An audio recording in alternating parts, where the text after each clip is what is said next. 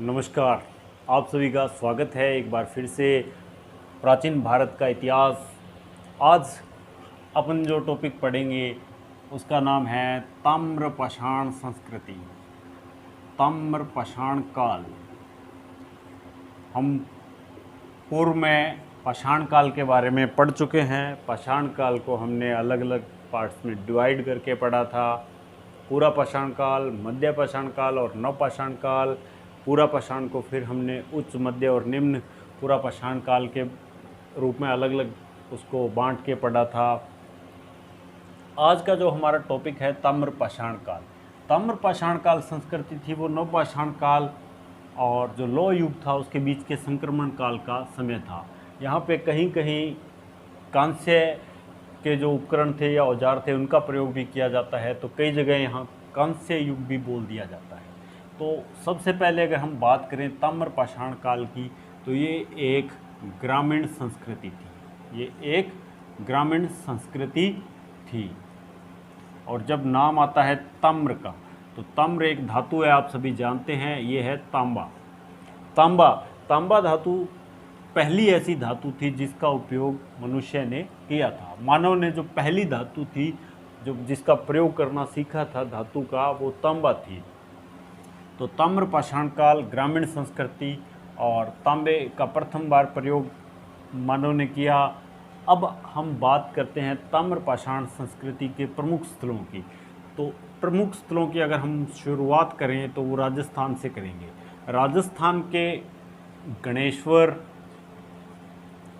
गणेश्वर और आहड़, ये दो प्रमुख स्थल हैं। इसके अलावा है गिलुंड, ये भी बनास घाटी में है। आहड़ और गिलुंड दोनों बनास घाटी के क्षेत्र हैं।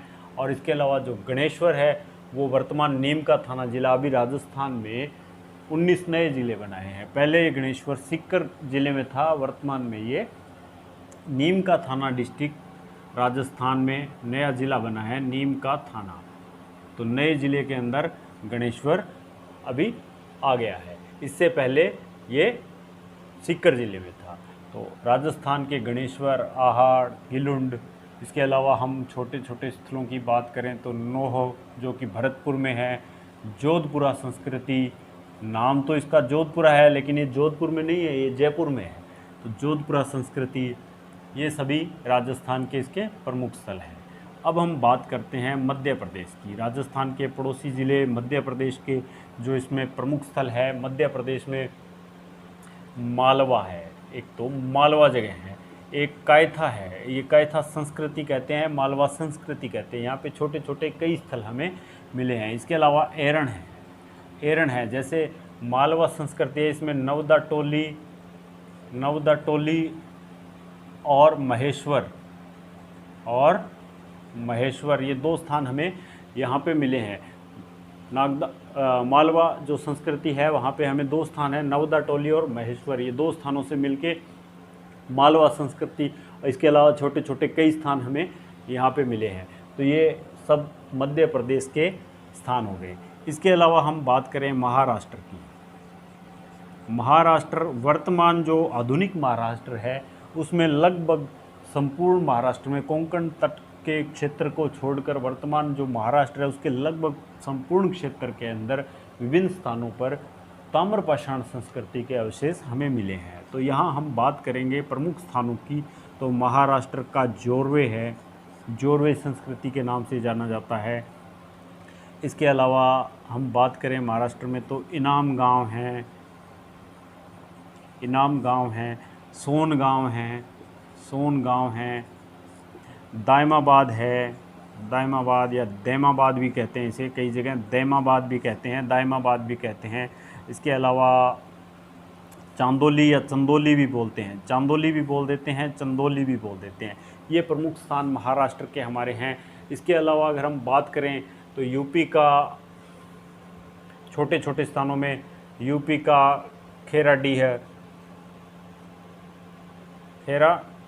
स्थान है, यहाँ पे भी ताम्रपाषाण एक है। नौहान है, ये भी उत्तर प्रदेश का है। इसके अलावा अगर हम बात करें बिहार के भी एक दो स्थान हैं, जैसे चिरांद है, चिरांद बिहार है। इसके अलावा हम बात करें तो सोनपुर है, चिरांद के अलावा सोनपुर है, और पश्चिमी बंगाल, जिसे वेस्ट बंगाल भी कहते हैं, पश्चिमी बंगाल के कुछ क्षेत्र भी हैं इसमें। पश्चिमी बंगाल का एक जगह है जिसे कहते हैं महिषदान, महिषदान, आप इसे याद रख सकते हैं महिषदान के नाम से, महिषदान के नाम से याद रख सकते हैं। एक है पांडु, पांडु राजार डिब्बी, ये भी एक स्थान है महाराष्ट्र का, यहाँ से भी हमें इसके अवशेष हमें मिले हैं। इसके अलावा अगर हम बात करें तो प्रमुख स्थानों की, तो ये जो प्रमुख स्थान है इसमें ये है गणेश्वर। एक तो सबसे प्रमुख स्थान गणेश्वर, आहड़, मालवा, गणेश्वर, आहड़, मालवा, जोरवे, इनामगांव, दैमाबाद, ये सारे प्रमुख स्थान हैं। इनके बारे में हम थोड़ा सा विस्तार से अगर पढ़ें तो सबसे पहले हम बात करते हैं महाराष्ट्र से शुरू कर लेते हैं, क्योंकि महाराष्ट्र में इसके सबसे ज़्यादा स्थान है। महाराष्ट्र में इसके सबसे ज़्यादा स्थान है, इसलिए हम इसका महाराष्ट्र से शुरू कर लेते हैं। तो ये सबसे पहले महाराष्ट्र में जो शुरू करेंगे उसको हम जोरवे संस्कृति के नाम से जानते हैं। जोरवे संस्कृति, जोरवे संस्कृति ये महाराष्ट्र की जो गोदावरी और परवरा नदी घाटी है, गोदावरी और परवरा ये नदी घाटी है, यहाँ पे इसके जो महत्वपूर्ण स्थानों की खोज की गई थी। सबसे पहले एम.एन. देशपांडे ने, एम.एन. देशपांडे नामक एक पुरातत्वविद थे, इन्होंने गोदावरी परवरा नदी घाटी के अंदर कुछ स्थान खोजे थे। इसे जोरवे संस्कृति का नाम दिया गया था। जोरवे संस्कृति के अगर स्थानों की बात करें तो वहाँ पे हम इनामगांव, सोनगांव, इन सब के बारे में हम पढ़ेंगे। ये जोरवे संस्कृति थी, ये एक ग्रामीण संस्कृति थी। जोरवे एक ग्रामीण संस्कृति थी। और दैमाबाद है, इसकी जो दैमाबाद और इनामगांव, दैमाबाद और इनामगांव, ये दोनों जो स्थल हैं ये नगरीकरण की आरंभिक अवस्था में थी, नगरीकरण की आरंभिक अवस्था में थे। दैमाबाद जो मिला है वो लगभग 20 हेक्टेयर में फैला हुआ था, 20 हेक्टेयर में फैला हुआ था, और इसकी 4000 के आसपास आबादी मानी गई है। लगभग माना गया है कि यहाँ पे लगभग 4000 लोग रहते थे। ये दैमाबाद है, ये सबसे बड़ा इसका स्थल माना गया है। जो ताम्रपाषाणकालीन जितने भी स्थल मिले हैं उनमें सबसे बड़ा स्थल माना गया है, और इसे नगरीकरण की प्रारंभिक अवस्था मानी गई है। ये यहाँ की जो संस्कृति है उसमें पत्थर से इसकी किलेबंदी की गई थी। इन संस्कृतियों की पत्थर से किलेबंदी के अवशेष भी कई जगह मिले हैं। अब अगर हम बात करें दैमाबाद से क्या सामग्री प्राप्त हुई है, तो यहाँ पर जो सबसे प्रमुख सामग्री है वो है कांसे का रथ, कांसे का एक रथ या बैलगाड़ी भी कह सकते हैं, जिसमें 2 बैल जुड़े हुए हैं और एक नगन मानव की आकृति है वो इसे चला रही है। 2 बैल हैं और ये सब कुछ कांसे का है। इसके अलावा अगर हम बात करें यहाँ पर, तो यहाँ पर तांबे के कुछ और, जैसे तांबे का बना हुआ हाथी है, गेंडा है, बैलों की जोड़ी है, ये सब तांबे के बने हुए मिले हैं। तो इस प्रकार हम देखें तो ताम्रपाषाण काल की जो प्रमुख संस्कृति है महाराष्ट्र की है वो है जोरवे संस्कृति। जोरवे संस्कृति को गोदावरी और परवरा नदी के किनारे एम.एन. देशपांडे ने खोजा था। इसकी ये ग्रामीण संस्कृति थी, और कुछ इसके जो क्षेत्र थे जैसे दैमाबाद और इनामगांव ये नगरीकरण की ओर पहुंच चुकी थी। इसके अलावा दैमाबाद की हम बात करें तो ये सबसे बड़ी इसकी नगरीकरण की अवस्था में था, और सबसे बड़ा इसका शहर कह सकते हैं या नगर कह सकते हैं। ये लगभग 20 हेक्टेयर में फैला हुआ था। एक बार रिकॉल करेंगे आपको थोड़ा सा आसानी से याद हो जाएगा। इसके अलावा हम बात करते हैं अब इनामगांव की। इनामगांव है, यहाँ पर गड्ढे के गोलाकार घर मिले हैं, गड्ढा बनाकर गोलाकार उसमें घर बनाए गए थे। गड्ढे जो कि गोलाकार अवस्था में हैं गड्ढे, और उसमें घर बने हुए थे। गड्ढे के गोलाकार आकृतियाँ जिसमें घर बने हुए थे ये मिले हैं। इनामगांव की जो एक और विशेषता है कि ये जो संस्कृति थी, इसकी किलेबंदी थी वो पत्थरों से की गई थी और उसके चारों तरफ एक खाई खोदकर इसको एक सुरक्षा प्रदान किया गया था, सुरक्षा घेरा बनाया हुआ था। इसके अलावा इनाम गांव में जो दाह संस्कार के अवशेष मिले हैं, दाह संस्कार के भी अवशेष हमें इनाम गांव से मिले हैं। इनाम गांव में भी बहुत महत्वपूर्ण बातें हैं जो हमारे कंपटीशन एग्जाम में बार बार यहाँ से प्रश्न पूछा जाता है। तो इनाम गांव में दाह संस्कार के अवशेष मिले हैं। उत्तर दक्षिण दिशा में यहाँ पे उत्तर दक्षिण दिशा में यहाँ पर दाह संस्कार होता था। उत्तर दक्षिण दिशा में यहाँ पर जो था संस्कार होता था, शवाधान होता था। शवाधान की अलग अलग जो रीतियाँ थी वो भारत में अलग अलग स्थानों पर अलग अलग तरीके से की जाती थी। इसी प्रकार उस समय जो पूर्वी भारत था उसमें पूर्व पश्चिम दिशा में शवाधान होता था, लेकिन इनाम गांव में जो हमें अवशेष मिले हैं वो हमें उत्तर दक्षिण के अवशेष मिले हैं।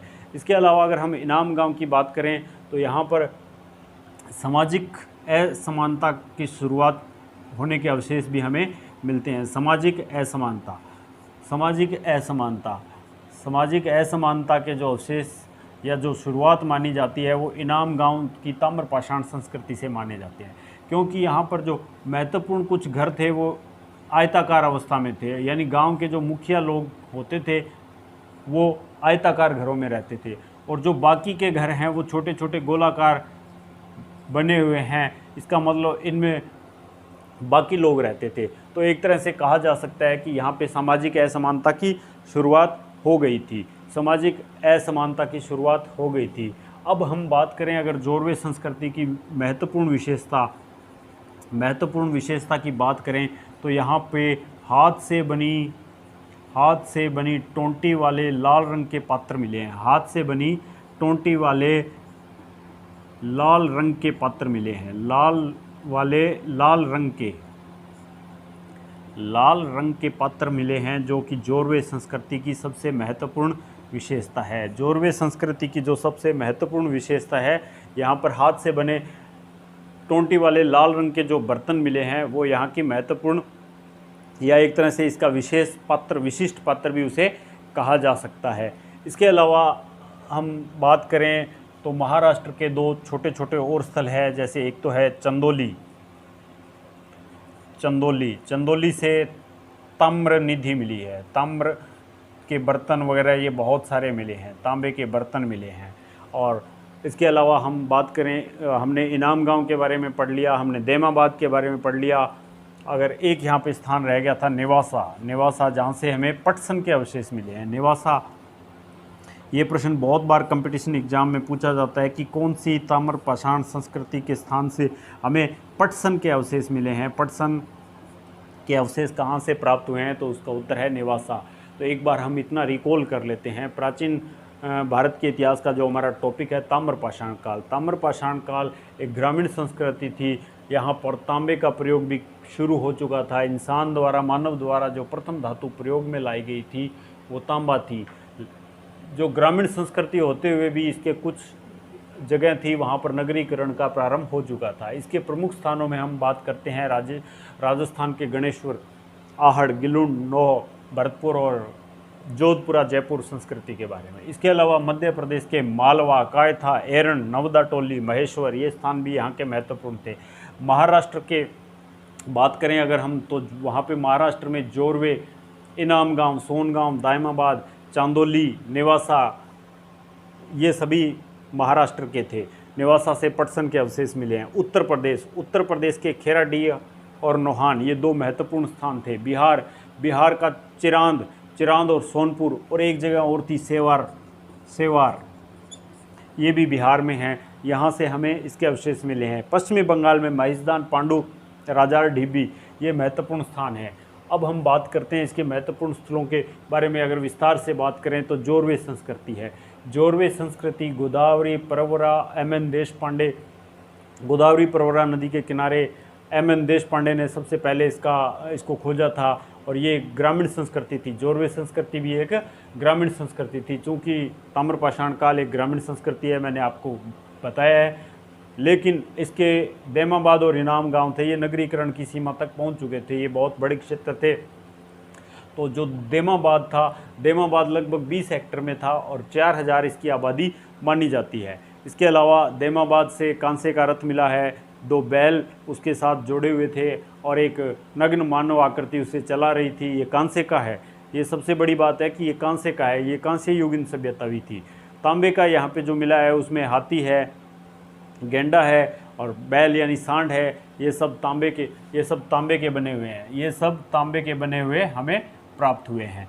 अब इसके अलावा हम बात करें तो इनाम गांव की जो सबसे बड़ी विशेषता है कि यहाँ पे गोलाकार गड्ढे वाले घर मिले हैं और एक यहाँ पर ओवन यानी वर्तमान ओवन जिसे कहते हैं, इस प्रकार की बनी हुई एक भट्टी भी हमें इनाम गांव से मिली है। तो इनाम गांव से दाह संस्कार के अवशेष मिले हैं। पहली बार वो घर के अंदर किया जाता था और उत्तर दक्षिण दिशा में किया जाता था।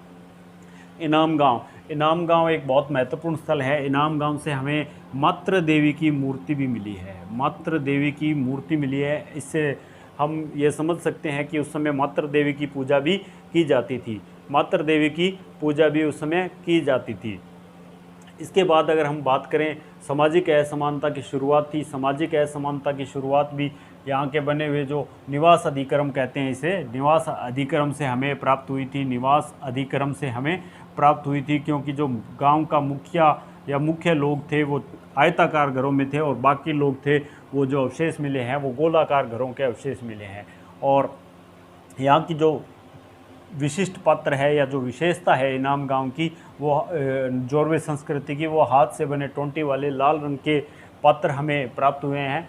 लाल रंग के पात्र हमें प्राप्त हुए हैं और ये इसकी सबसे विशिष्ट पात्र भी कहते हैं और ये इसकी प्रमुख विशेषता मानी जाती है जोरवे संस्कृति की। अब हम बात करते हैं महाराष्ट्र के चंदौली की। चंदौली में जो तांबे के बर्तन मिले हैं, नेवासा से हमें पटसन का साक्ष्य मिला है। अब हम बात करते हैं राजस्थान में अगर हम बात करें सबसे महत्वपूर्ण स्थान है आहड़। राजस्थान का जो सबसे महत्वपूर्ण स्थान है आहड़, वो उदयपुर ज़िले में है। उदयपुर ज़िले में बनास घाटी में बना उदयपुर ज़िले का ये जो आहड़ है, यहाँ पे हमें जो घर मिले हैं वो पत्थर के बने हुए हैं। जो घर मिले हैं वो पत्थर के बने घर मिले हैं, पत्थर के बने घर मिले हैं। और जो यहाँ पर गिल्लुंड है वो राजसमंद ज़िले में है। दूसरा जो महत्वपूर्ण स्थान है वो है गिल्लुंड है, वो राजसमंद ज़िले में है। राजसमंद ज़िले में है गिल्लुंड। राजस्थान के राजसमंद ज़िले में गिल्लुंड है और उदयपुर में आहड़ है। आहड़ में हमें पत्थर के बने घर मिले हैं, लेकिन यहाँ पत्थर की कोई और वस्तु नहीं मिली है। यहाँ हमें तांबे के उपकरण बहुत प्रचुर मात्रा में हमें मिले हैं। और गिल्लुंड है राजसमंद में, यहाँ पर हमें ईंटों से बने घर मिले हैं। ईंटों से बने घर मिले हैं जो कि कच्ची ईंटों के घर हैं, कच्ची ईंटों के घर हैं। और यहाँ पर प्रस्तर उद्योग के भरपूर यहाँ पर प्रस्तर उद्योग होने के अवशेष मिले हैं, क्योंकि यहाँ पर पत्थर के बहुत उपकरण मिले हैं, उसके साथ साथ तांबे के भी मिले हैं, लेकिन प्रस्तर उद्योग का यहाँ पे पता लगाया गया है कि यहाँ पर बहुत ज़्यादा पत्थर के औजार मिले हैं। आहड़ है, उसकी एक विशेषता है कि ये यहाँ पर जो तांबे के बहुत प्रचुर मात्रा में उपकरण मिलते हैं, इसलिए आहड़ संस्कृति को ताम्रवती संस्कृति भी कहा जाता है। आहड़ नगरी को ताम्रवती नगरी भी कहा जाता है, ताम्बवली नगरी भी कहा जाता है, ताम्बवती नगरी भी कहा जाता है। इसलिए ये तांबे वाले स्थान को, तांबे वाली जगह थी ये, इसलिए इसको ताम्रवती या ताम्बवती नगर भी कहते हैं। आहड़, उदयपुर के आहड़ को ताम्रवती या ताम्बवती नगर भी कहते हैं। यहाँ पर पत्थर के बने घर, आहड़ पहाड़ यानी पत्थर के बने हुए घर यहाँ पे हमें प्राप्त हुए हैं। और तांबे के बने खूब प्रचुर मात्रा में उपकरण मिले हैं, पत्थर की बनी हुई वस्तुएं यहाँ पे हमें नहीं मिली है। इसके अलावा अगर हम बात करें आहड़ की, तो इसका जो काल है वो माना जाता है लगभग 2100 ईसा पूर्व से 1500 ईसा पूर्व तक आहड़ सभ्यता का जो काल था वो माना जाता है। ये माना जाता है कि जो ताम्र पाषाण काल की जो संस्कृति थी वो लगभग 3000 से 1200 के आसपास तक चली थी। 3000 से 1200 तक अलग अलग स्थान पे अलग अलग थी। 1200 तक लगभग स्थानों से जो थी वो ये संस्कृति समाप्त हो चुकी थी। 1200 तक ये संस्कृति लगभग सभी स्थानों से समाप्त हो चुकी थी। लेकिन जो नेवासा था, नेवासा स्थान हमने पहले भी पढ़ा था, ये जोरवे संस्कृति का, जोरवे संस्कृति यहाँ पे लगभग 700 ईसा पूर्व तक, 700 ईसा पूर्व तक ताम्र पाषाण काल के अवशेष हमें प्राप्त हुए हैं, इसलिए इसे सबसे नई ताम्र पाषाण काल की नई संस्कृति बिल्कुल कहा जाता है। हमने पढ़ा कि आहाड़ में ये 2100 से 1500 तक थी। इसके अलावा अगर हम बात करें तो राजस्थान में जो छोटे छोटे 2 स्थान मिले हैं, जोधपुरा जो कि जयपुर में है, यहाँ पर भी ताम्र पाषाण काल के अवशेष मिले हैं। नोह जो कि भरतपुर में है, यहाँ पर ताम्र निधि मिली है, बहुत बड़ी ताम्र निधि नोह में मिली है। अब राजस्थान का जो अगला स्थल है, राजस्थान का जो अगला स्थल है वो बहुत महत्वपूर्ण है, जिसे हम कहते हैं गणेश्वर। मैंने उसके बारे में बताया कि वो वर्तमान में नीम का थाना ज़िले में आ गया है। पहले वो गणेश्वर था, वो सीकर ज़िले में था।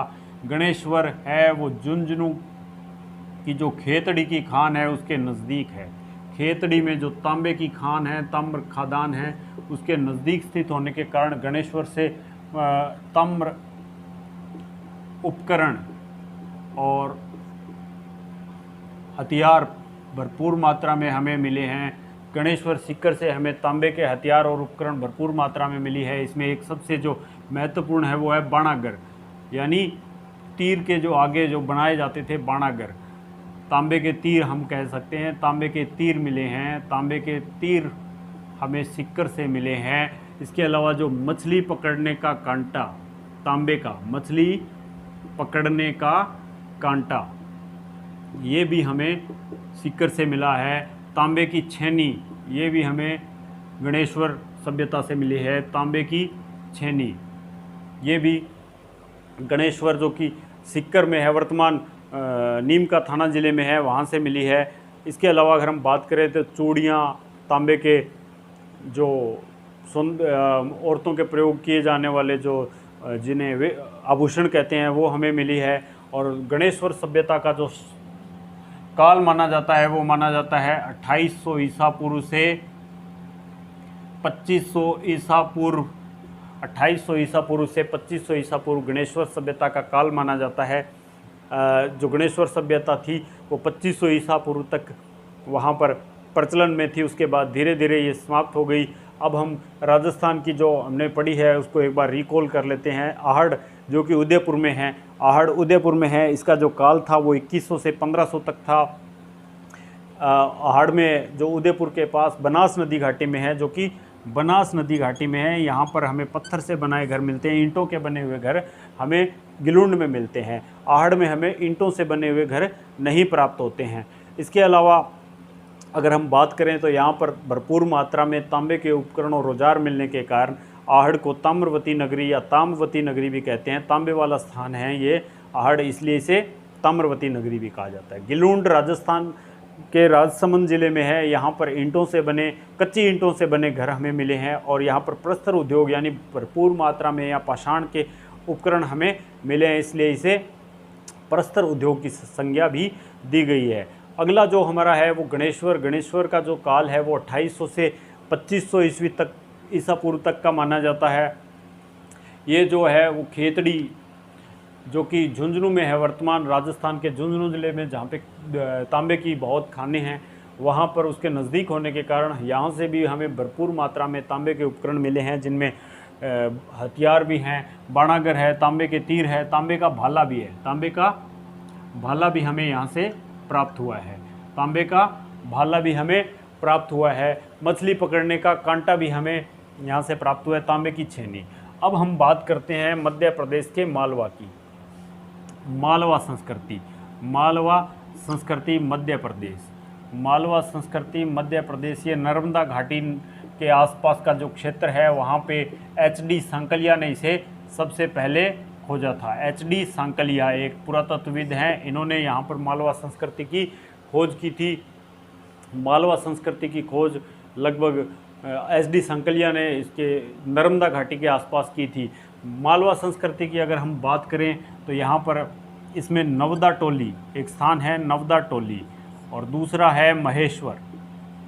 मालवा संस्कृति के ये दो महत्वपूर्ण स्थान हैं। यहाँ से हमें तांबे के औजार उपकरण आदि भरपूर मात्रा में मिले हैं। यहाँ से भी तांबे के खूब सारे उपकरण और औजार मिले हैं। इसके अलावा अगर हम बात करें मालवा संस्कृति की, तो ये लगभग 1700 से 1200 ईसा पूर्व तक यहाँ पर ये संस्कृति, मालवा संस्कृति प्रचलन में थी। तांबे के औजार उपकरण मिले हैं। इसके अलावा यहाँ पर सभी प्रकार की फसलों के अवशेष भी मिले हैं। ताम्रपाषाण संस्कृति में सभी प्रकार के फसलों के अवशेष मिले हैं। ये लोग पशुपालन करते थे, इन्होंने लगभग सभी पालतू पशु पाले थे, लेकिन ये उनका उपयोग दूध के लिए ना करके मांस के लिए करते थे। तो ये सबसे बड़ी यहाँ की विशेषता थी मालवा संस्कृति की। यहाँ पर अगर हम बात करें तो हमें ताम्रपाषाण काल से हमें एक ऊंट के अवशेष भी मिले हैं। ताम्रपाषाण काल संस्कृति में ऊंट के अवशेष भी हमें प्राप्त होते हैं, इसलिए ये पहले अवशेष हैं ऊंट के जो कि हमें ताम्रपाषाण संस्कृति से मिलते हैं। इससे पहले हमें जो ऊंट के अवशेष है वो पहले कभी नहीं मिले हैं। इसके अलावा अगर हम बात करें तो जो मालवा संस्कृति का नवदा टोली क्षेत्र है, ये सबसे बड़ी ग्रामीण संस्कृति थी। ताम्रपाषाण काल की सबसे बड़ी ग्रामीण संस्कृति कहा जाता है, क्योंकि इससे बड़ा जो क्षेत्र है इनाम गांव है, लेकिन इनाम गांव को नगर एक मान लिया गया है। इसलिए अगर ग्रामीण संस्कृति का प्रश्न आता है तो वो नवदा टोली है। और इसके अलावा जो नगर का पूछा जाता है या सबसे बड़े गांव का जिक्र न करते हुए सीधा अगर पूछ लिया जाता है तो उसका उत्तर इनाम गांव होगा। अगर ग्रामीण संस्कृति का कह दिया जाता है तो उसका उत्तर नवदा टोली होगा। तो मेरे को उम्मीद है कि आपको जो आज ये टॉपिक मैंने पढ़ाया ये अच्छे से समझ आया होगा। अगर आपको ये टॉपिक अच्छा लगे तो प्लीज़ वीडियो को लाइक कीजिए, शेयर कीजिए और चैनल को सब्सक्राइब कीजिए। अपने दोस्तों के साथ शेयर करके उनको भी अगर ये वीडियो पसंद आए तो मुझे बड़ी खुशी होगी। थैंक यू, बहुत बहुत धन्यवाद।